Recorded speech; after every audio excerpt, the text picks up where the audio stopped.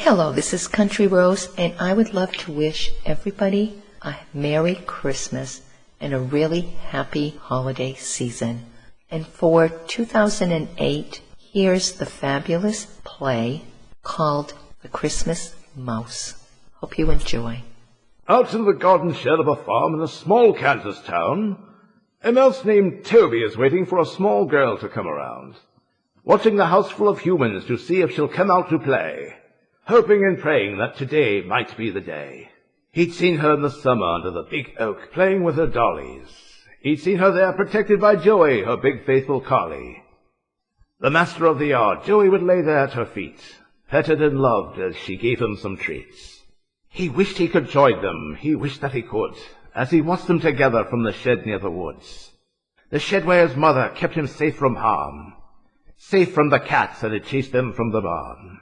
Oh, how he missed her in that shed all alone. She went out for food one day and never made it home. Meow! Meow! But the cats couldn't get him, no, not today. Finally the little girl had come out to play. Toby stepped through the crack, too small for a cat's head. But when the girl spotted him, he ran back in the shed. Come out! Come out, little mouse. I won't hurt you. But Toby didn't care. He was very afraid of humans and other animals, especially cats. The little girl named Tammy left him some bread by the door, before she went back in the house, leaving him alone once more. He waited until dark, till he ran outside, eating the bread, feeling good inside. Day after day, Tammy would bring him some bread, with a piece of cheese for the secret mouse in the shed.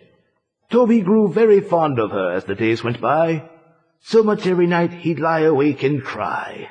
I wish I were a dog. Then I'd have me a family. Yes, that would be nice. No more lonely nights for me.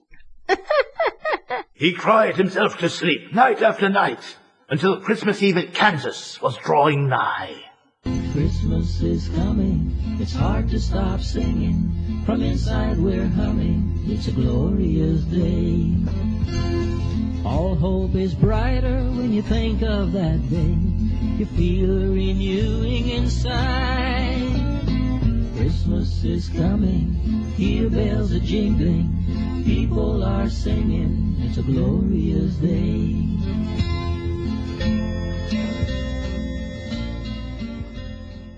Early in the morning, with snow on the ground, Toby could see the master of the farm, Mr. Brown, leaving with the children in a truck all shiny and red. Toby saw it all from his crack in the shed. Then a wondrous aroma found its way to the shed. It got Toby's tongue slurping around in his head. Oh, yeah, so good. For Mrs. Brown was baking cookies that Christmas Eve day. It always made Toby drool when they smelled that way. And when Mrs. Brown and the kids got home with a big Christmas tree, it was a magical sight for Toby to see. When Mr. Brown brought in the tree, it barely fit inside, with Tammy and her twin brother, Tommy, close at his side. Mother, come and see our tree. I picked out the tree. It's my tree, too. Mommy, tell him.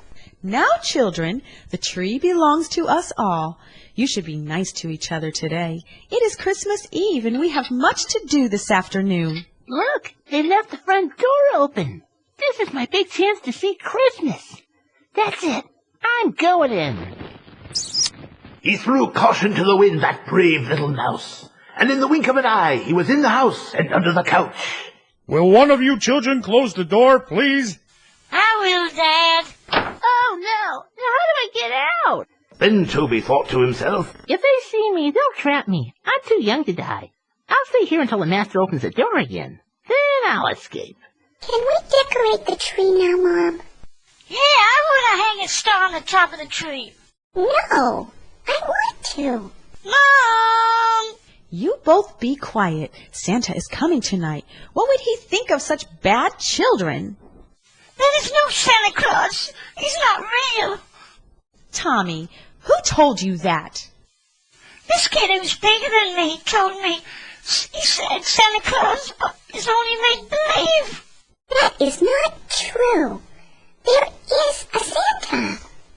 Mrs. Brown is speechless. For a moment, she doesn't know what to say. Children, if you believe in your heart that Santa is real, you will always keep the spirit of Santa alive. But if you don't believe, then Santa Claus won't come anymore. And there won't be any Christmas. No Christmas stories. No toys. No toys under the tree. No Christmas songs. No Christmas turkey. No pumpkin pie. No tree to decorate. We believe, Daddy. We believe, Daddy. We believe Santa Claus is real. Is real. Yeah, Dad, that big kid was lying to me.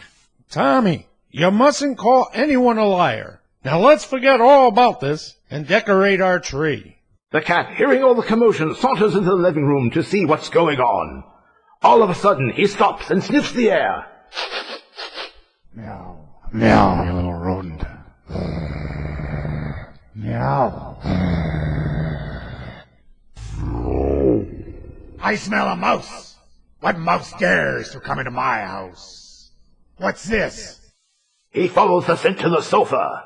He begins to try and claw him out, but the mouse moves out of reach. Uh-oh. The cat scratches at the sofa. Toby is looking into the eyes of death. Two big yellow eyes are staring at him. Tiger, what are you doing? Get away from that sofa, you bad cat. Ow! Mr. Brown picks up the cat and puts him outside.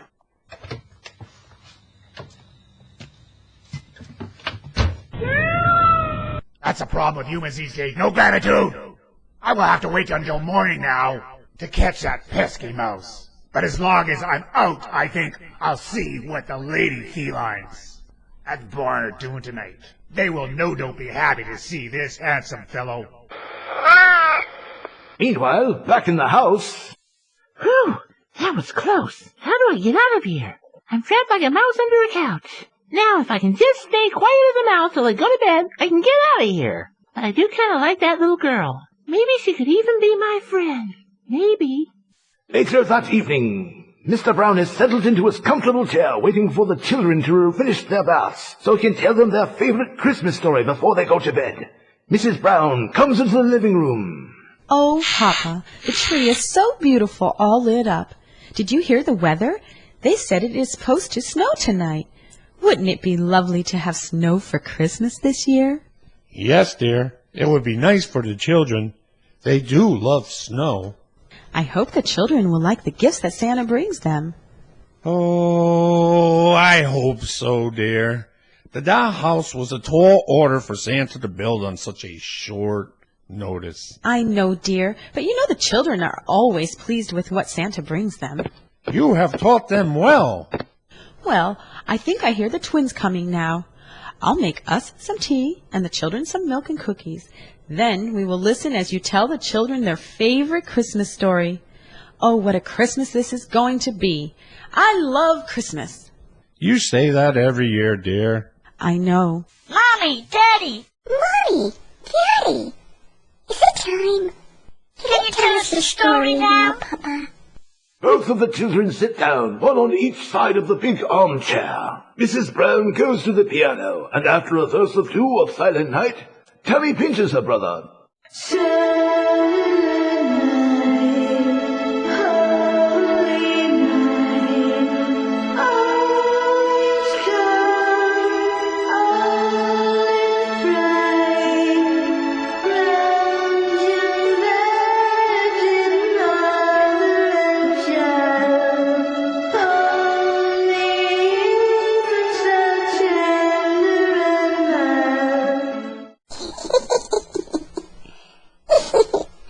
Tommy keeps forgetting the words, Daddy. Do not. You lying, Tommy. Oh, she pinched me. Did not.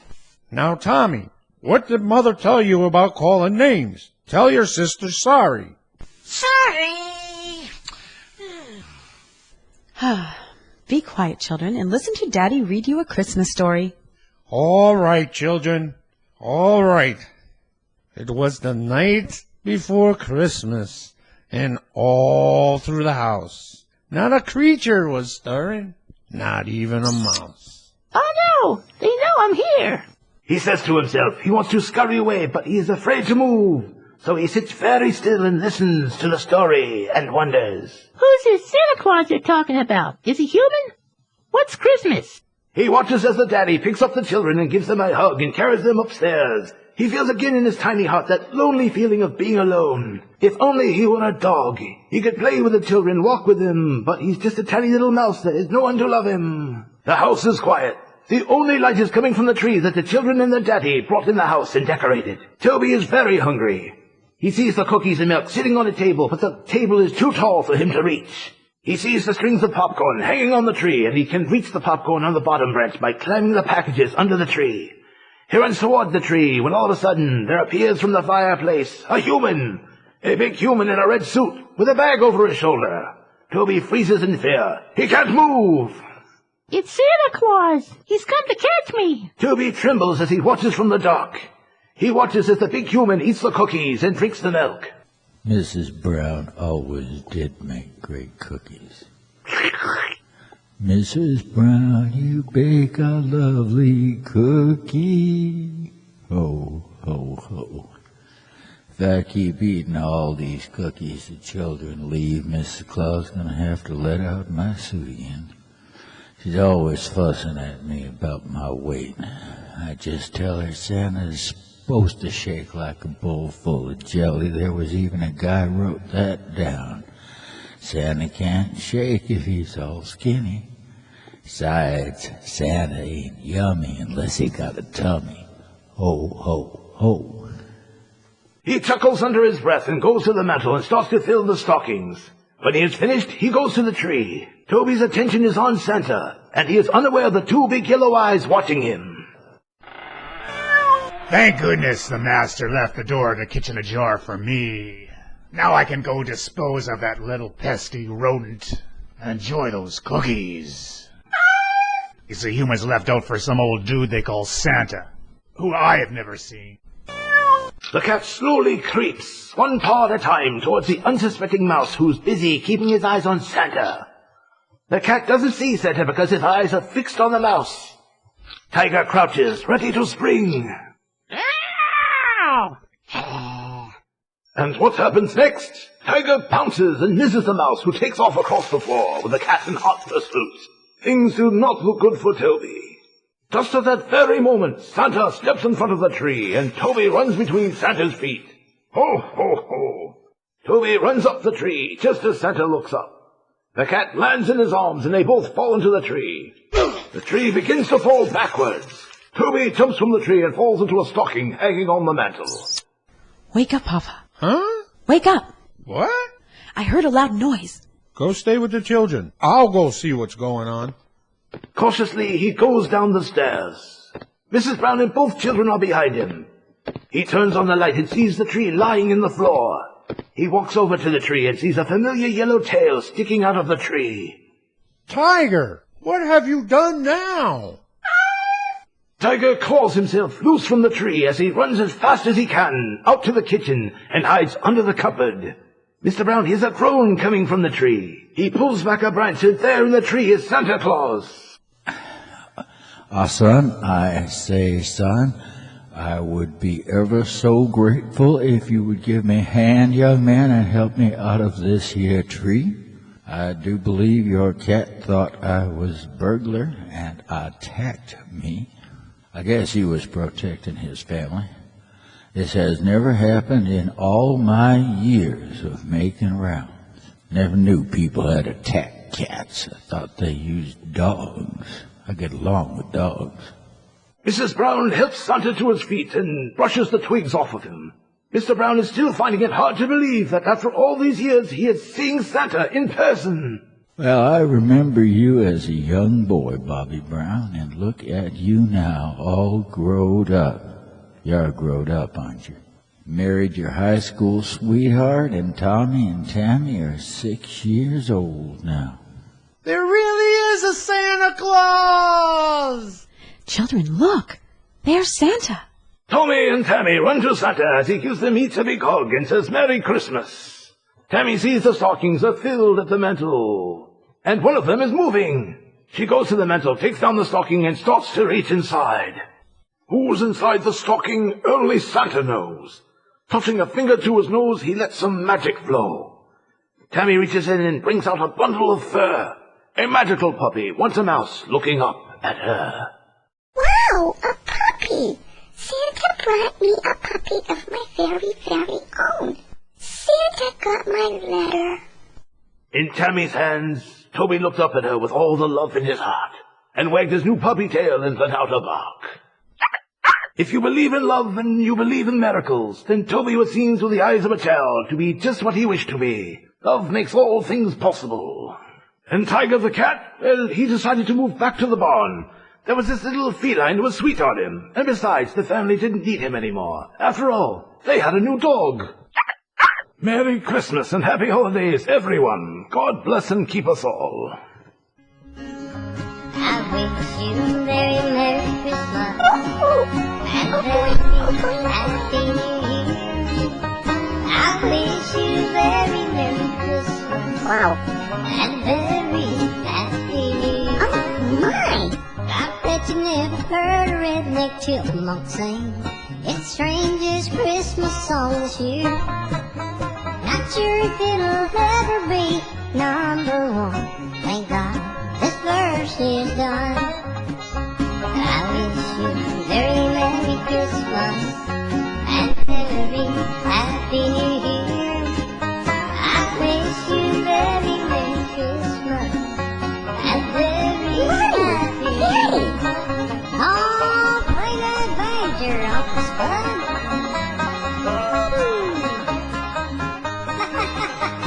The Christmas Mouse, written by Bonnie Rose, with lyrical help from Bill Wright. I would like to say a huge thank you to all who participated in the making of this play.